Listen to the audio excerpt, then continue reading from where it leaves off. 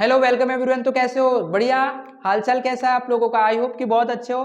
बहुत मजेदार चल रही है पढ़ाई। पढ़ाई बहुत अच्छे से कर रहे हो हमारे साथ। बहुत अच्छे से आपको लर्निंग में बहुत मदद हो रही, बहुत अच्छे से आपकी पढ़ाई चल रही है। ओके, तो once again welcome to wonderful सा चैनल द SM एकेडमी।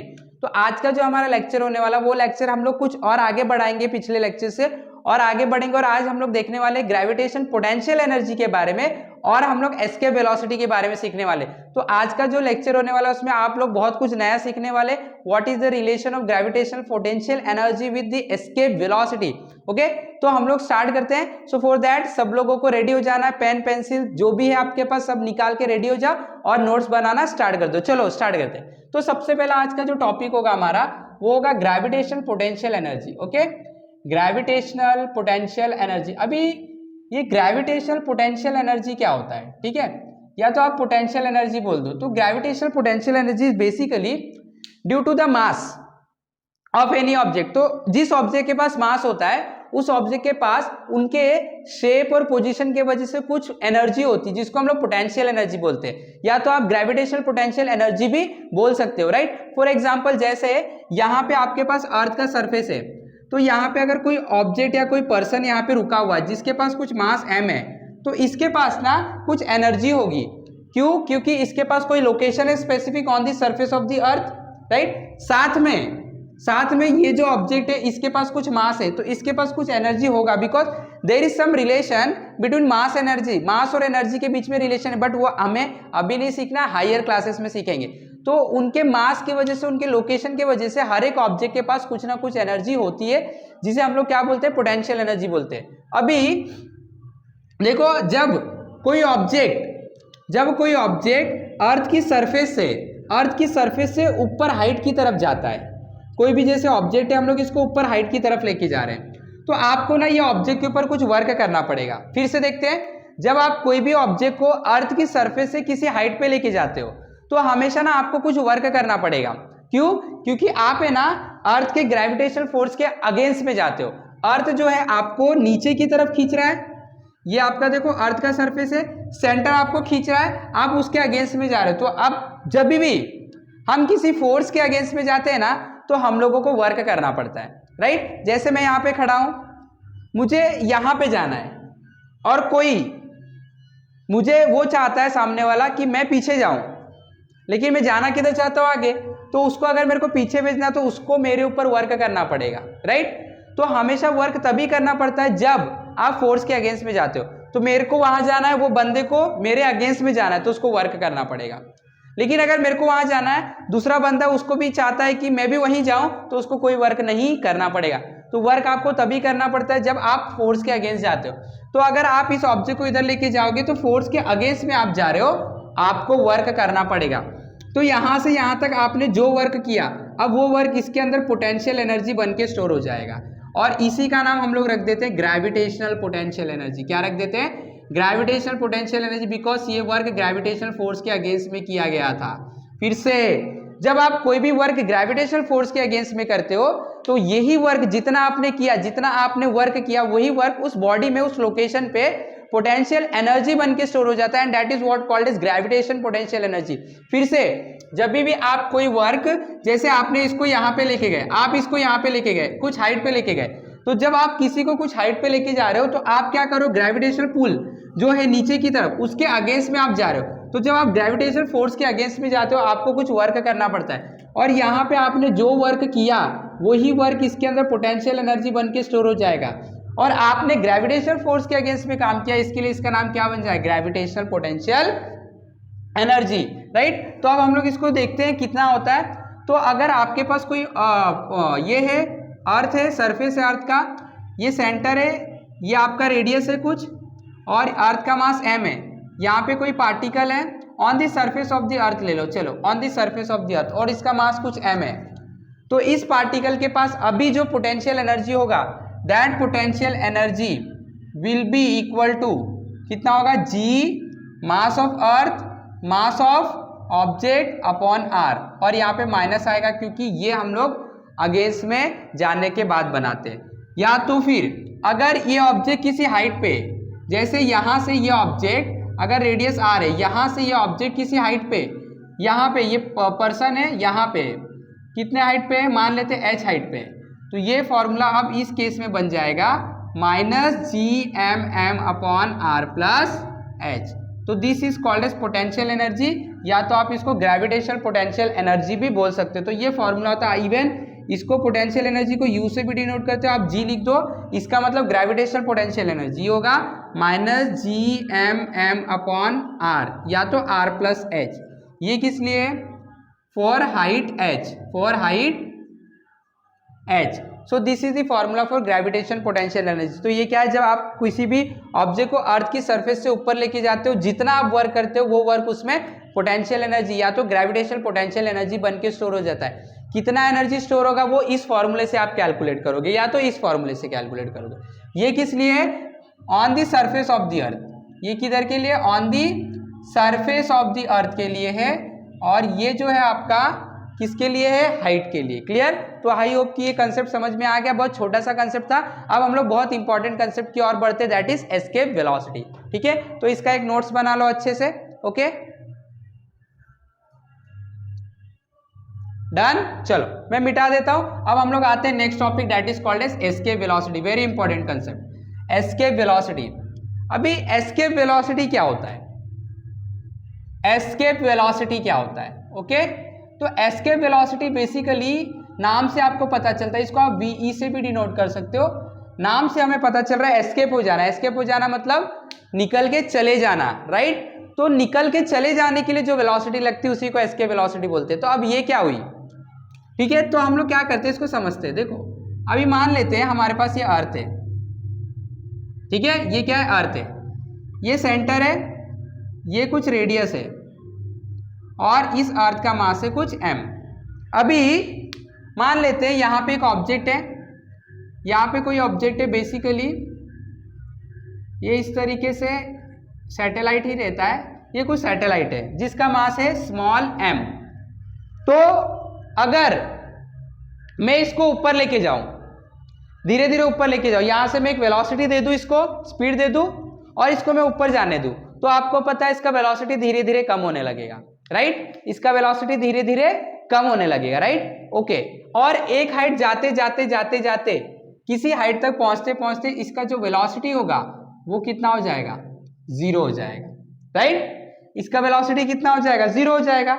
अब ये यहाँ पे रुक जाएगा और वापस से नीचे गिरने लगेगा, और जब ये नीचे गिरेगा तो इसका स्पीड वापस से बढ़ने लगेगा, राइट। तो देखो पहले केस में जब ये ऊपर जा रहा था तो इसके वेलोसिटी का डायरेक्शन ऊपर था, जब ये ऊपर जा रहा था वेलोसिटी का डायरेक्शन ऊपर, और acceleration due to gravity g, small g, नीचे काम कर रहा है। तो वेलोसिटी ऊपर है और एक्सेलरेशन नीचे है, तो क्या होगा, स्पीड को डिक्रीज कर देगा, तो वेलोसिटी कम होने लगा और एक जगह पे जाके क्या हो गया, वेलोसिटी 0 हो गया। क्या हो गया, वेलोसिटी 0 हो गया। अब देखो मतलब यहाँ पे कुछ आपने इनिशियल वेलोसिटी दिया, यहाँ पे जाते जाते फाइनल वेलोसिटी 0 हो गया। तो अब देखो फ्रॉम थर्ड काइनेमेटिकल इक्वेशन, अगर मैं मोशन का थर्ड काइनेमेटिकल इक्वेशन देखूं तो थर्ड काइनेमेटिकल इक्वेशन आपको क्या बोलता है, v² is equal to u² plus 2as, right. मान लेते हैं ये कुछ हाइट h पे जाके रुक जाता है, ये हाइट h पे जाके 0 हो जाता है ये। तो अभी देखो फाइनल वेलोसिटी 0 रख दो, इनिशियल वेलोसिटी u था प्लस 2, एक्सेलरेशन नीचे की तरफ काम कर रहा है तो -g, वेलोसिटी के अगेंस्ट में काम कर रहा है, डिस्प्लेसमेंट कितना हुआ है, h। तो ये आपका क्या बन गया, u² minus 2gh, right, u² minus 2gh। अगर मैं यहाँ पे देखो, अगर मैं वेलोसिटी और हाइट का रिलेशन देखूं तो जरा देखो, मैं हाइट को देखता हूं, h को यहीं पे रहने देता हूं, एक काम करता हूं, 2gh को उधर बुला लेता हूं, तो प्लस में हो जाएगा is equal to u², right. मैं h को यहीं पे रहने देता हूं, h इधर आएगा, 2g इधर आके डिवाइड हो जाएगा क्योंकि यहाँ पे मल्टीप्लाई में था। तो देखो हाइट किसके ऊपर डिपेंड करता है, इनिशियल वेलोसिटी, यानी कि अगर इनिशियल वेलोसिटी ज्यादा है बहुत ऊपर तक जाएगा, आपने इनिशियल वेलोसिटी स्टार्टिंग में ही कम दिया तो ये बहुत कम ही दूर तक जाएगा, हम बोल सकते हैं। तो जितना ज्यादा इनिशियल वेलोसिटी उतने हाइट तक जाएगा। अब देखो क्या होता है, अगर कोई ऑब्जेक्ट को मैं ऊपर भेज रहा हूं तो नीचे कौन उसके काम कर रहा है, एक्सेलरेशन ड्यू टू ग्रेविटी, जिसकी वजह से उस ऑब्जेक्ट का स्पीड कम होने लगेगा, एक टाइम पे जीरो हो जाएगा, वापस गिर जाएगा।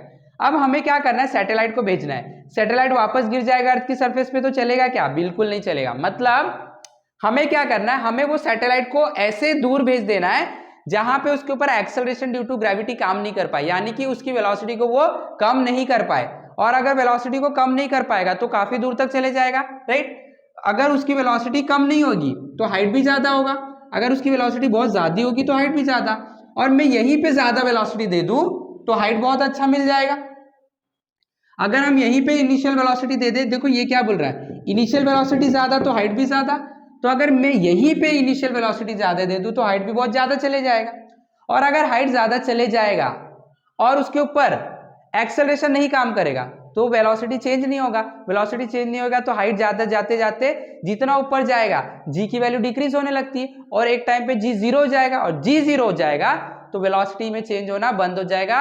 अब जो आपका ऑब्जेक्ट है वो रुक जाएगा, स्टेशनरी हो जाएगा वहीं पे, और नीचे कभी भी गिरेगा नहीं। इसका मतलब क्या हो गया, मेरे को इसको बहुत दूर इनफाइनाइट पहुंचाना है, इनफाइनाइट पहुंचाने के लिए मुझे इनिशियल वेलोसिटी कैसी रखनी पड़ेगी, बहुत ज्यादा, सो दैट जाते जाते जाते जाते जाते जाते जी की वैल्यू कम हो जाएगी, जीरो हो जाएगी, और इसकी वेलोसिटी अब चेंज नहीं होगी। और वेलोसिटी चेंज नहीं होगी मतलब वो रुक जाएगा वहां पे, और वो स्टेबल हो जाएगा, मतलब eight infinite.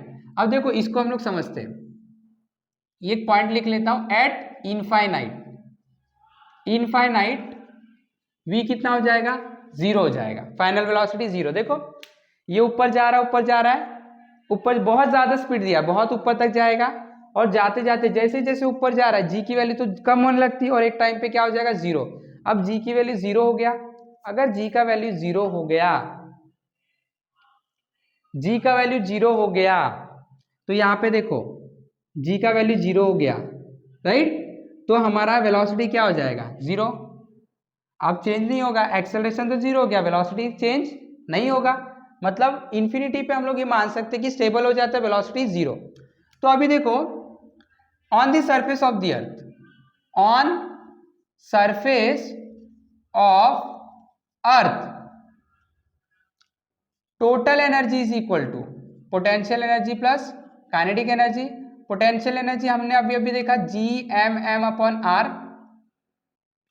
Kinetic energy half mv², जिस वेलोसिटी से जा रहा है उसको एस्केप बोल देता हूं। ये आपका आ गया टोटल एनर्जी ऑन सरफेस। अभी एट इंफिनिटी टोटल एनर्जी निकाल लेते हैं, total energy is equal to potential energy plus kinetic energy. Potential energy क्या होता है, Gm/r, r की वैल्यू इंफिनिटी हो जाएगी, काइनेटिक एनर्जी हाफ mve², तो ये हो जाएगा N/∞ zero plus half mve², velocity क्या हो जाएगा इंफिनिटी पे, जीरो, तो ये पूरा टर्म क्या हो जाएगा, जीरो, मतलब टोटल एनर्जी 2 बोल दो, इंफिनिटी पे कितना होगा, जीरो। अभी from laws of conservation of energy, conservation of energy का नियम ये बोलता है कि कहीं पे भी एनर्जी हमेशा सेम रहनी चाहिए, टोटल एनर्जी। तो मैं बोलूंगा टोटल एनर्जी 1 और टोटल एनर्जी 2 कैसा रहना चाहिए, सेम। चलो टोटल एनर्जी 1 का वैल्यू क्या है, टोटल एनर्जी 1 का वैल्यू ये है -Gm/r plus half mve² is equal to total energy 2 का वैल्यू क्या है, जीरो। इस टर्म को उधर भेज दो तो ये आपको मिलेगा half mve² is equal to, इसको उधर भेज दिया प्लस हो गया Gm/r, ये m और ये m कैंसिल हो गया। आगे half ve² is equal to क्या मिला, Gm/r, तो यहां से ve² क्या हो जाएगा, 2 उधर चले जाएगा, 2Gm/r हो जाएगा, और ve क्या हो जाएगा, √2Gm/r, और देखो ये आपको एस्केप वेलोसिटी की वैल्यू मिल गई। तो ये एस्केप वेलोसिटी होता है, इतना आपको वेलोसिटी रखना ही पड़ेगा on the surface of the अर्थ, तो ये अर्थ की ग्रेविटेशनल फील्ड को छोड़ के निकल जाएगा। अब इसके ऊपर कोई एक्सेलरेशन काम नहीं कर पाएगा, सो दैट अब इसका वापस गिरने का चांस पूरी तरीके से खत्म हो जाएगा। तो इसके लिए हमेशा कोई भी ऑब्जेक्ट को अगर आपको अर्थ के फील्ड से बाहर निकालना तो आपको इतनी वेलोसिटी देनी पड़ेगी। अगर आप इसको और एक्सपांड करो तो हमें पता है एक्सेलरेशन ड्यू टू ग्रेविटी का फॉर्मूला क्या होता है, gm/r²।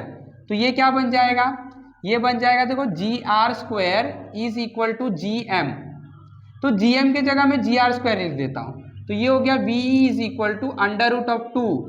gm की जगह क्या लिख दूँ, gr²/r। एक एक r कैंसिल हो गया तो v आपको क्या मिल जाएगा, 2gr। और ये भी आप फॉर्मूला यूज कर सकते हो, राइट। अब देखो ये g क्या है, acceleration due to gravity 9.8, r क्या है, रेडियस ऑफ द अर्थ। तो आप इस पे वैल्यू रखोगे तो ये वैल्यू जो आपका आएगा, ये देखो 2g की वैल्यू 9.8 और r जो होता है 6400 किलोमीटर। 6400 ये किलोमीटर को मैंने मीटर में कन्वर्ट कर दिया। जब आप इसे सॉल्व करोगे तो ये वैल्यू आपका आएगा अप्रोक्सीमेटली 11.2 किलोमीटर पर सेकेंड। तो हमेशा एस्केप वेलोसिटी 11.2 किलोमीटर पर सेकेंड होता है, यानी कि कोई भी ऑब्जेक्ट को अगर आपको अर्थ के फील्ड से बाहर निकालना है तो उसको इतना स्पीड स्टार्टिंग में ही इनिशियली अर्थ की सरफेस पे देना पड़ेगा। देखो बहुत ज्यादा है, एक सेकेंड में 11.2 किलोमीटर की दूरी तय कर रही है, बहुत ज्यादा स्पीड आपको देना पड़ता है। तो रॉकेट को, सैटेलाइट को अर्थ के फील्ड से बाहर निकालने के लिए हम लोगों को 11.2 किलोमीटर पर सेकेंड की स्पीड कम से कम देना पड़ता है, मिनिमम। तो इससे अब मैं डेफिनेशन बनाता हूं एस्केप वेलोसिटी का, क्या बनाऊंगा, द मिनिमम वेलोसिटी, कम से कम वेलोसिटी, इससे कम नहीं चलेगा, minimum velocity that must be given, that must be given, किसको देना, ऑब्जेक्ट को, that must be given to an object, कहां पे, on the surface of the earth, on the surface of the earth, so that, उससे क्या होगा, so that it escape earth's gravitational field, earth's gravitational field, earth's gravitational field is called as escape velocity. तो ये आपका definition हो गया। तो I hope कि सब लोगों को बहुत अच्छे से समझ में आया, समझ में आना ही चाहिए आपको, अगर ध्यान आपने दिया है तो समझ में आएगा ही। तो इसी तरीके से अगर इस वीडियो को आपको पसंद आया है तो लाइक जरूर करना है, शेयर भी करो, सब्सक्राइब भी करो, अपने फ्रेंड्स को भी बताओ, सबकी हेल्प करते रहना है। यही हमारी लाइफ होती है, यही जिंदगी होती है, खुशी से जियो, सबकी मदद करते रहो हमेशा, और हमेशा खुश रहो। ओके, तो have a wonderful day, thank you very much.